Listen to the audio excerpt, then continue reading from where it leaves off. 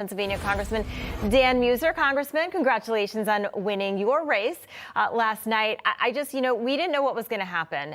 Talk to us about your reaction about Donald Trump winning. Well, Charles, Allison, great to be with you this morning. Certainly great with the election that we had, particularly in Pennsylvania, but for our country, it was exciting. We certainly felt we had the momentum. Nothing was certain.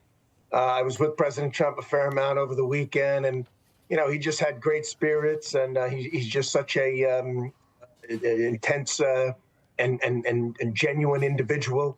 But on the same note, he wasn't sure either. But all we were doing was our best to get the best message across, to relate to the American people and people in Pennsylvania how serious these issues are, and the contrast, and how a leader, a problem-solving leader can make a big difference. And apparently it came across. Yeah. Right. We really gained. I think we all gained a lot of faith in the American people for being informed, for appreciating the issues that lie ahead, the challenges that we have. And President Trump is by far more ready to handle those on the domestic stage and the international stage. And Dave McCormick as well, proved Pennsylvanians saw that he was the person that would take on these serious issues. So it was really just a lot of relief, but as well an appreciation for the American people. I never lost faith in America, but it was renewed gain of faith. I'll tell you that. Yeah, you mentioned Dave McCormick beating Bob Casey as well, and it looks like that there will be a few incumbent Democrats in the House that won't be returning to the House. It looks like Rob Bresnahan looks to beat Matt Cartwright. That's in the 8th district there. And then, of course, Susan Wild, it looks like she will lose her race there in the 7th. What do you make of this? Well, their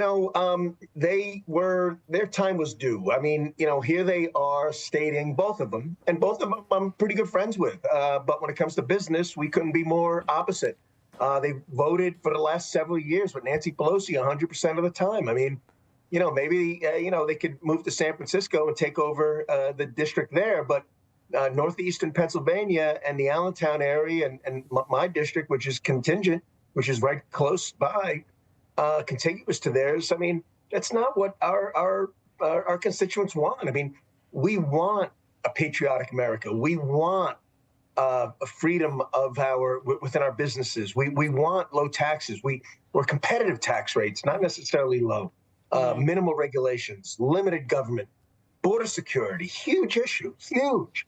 And both of them were voting against that. So, I didn't think there would be any chance that they could win, and it's even surprising they did so well. Fortunately, we had two really good candidates that filled those seats. So now we have to prove it, right? We have to show that our people, our plans, our execution, our commitment to getting things done in the manner that's in the best interest, the most common sense interest of the American people. Now we have to prove it. And I can't wait for that.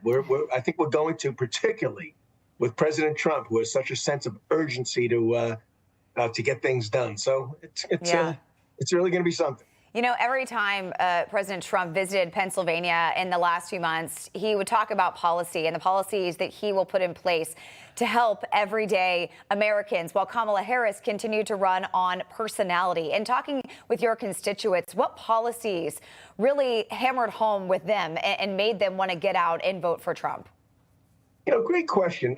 Certainly the border just really is so frustrating, and it's such a disaster. I mean, it's such a crisis. And here they state, oh, yeah, we want secure borders, but they never did anything. In fact, Kamala, God forbid, if she would have been president, she was going to add amnesty to it, which would have created a surge of new illegals and so forth. So it's definitely that. But it's also the vision for a strong America on the national security standpoint as well as the economic standpoint. Harris was offering no such vision, no such plan, no such inspiration. President Trump has a plan. He knows how to do it, and he's going to execute it. And it will deliver a strong economy. It will deliver better national security. It will deliver a secure border. And you know what else it's going to deliver? It's going to deliver world stability. Information. truth is freedom. Is Newsmax. It's real news for real people.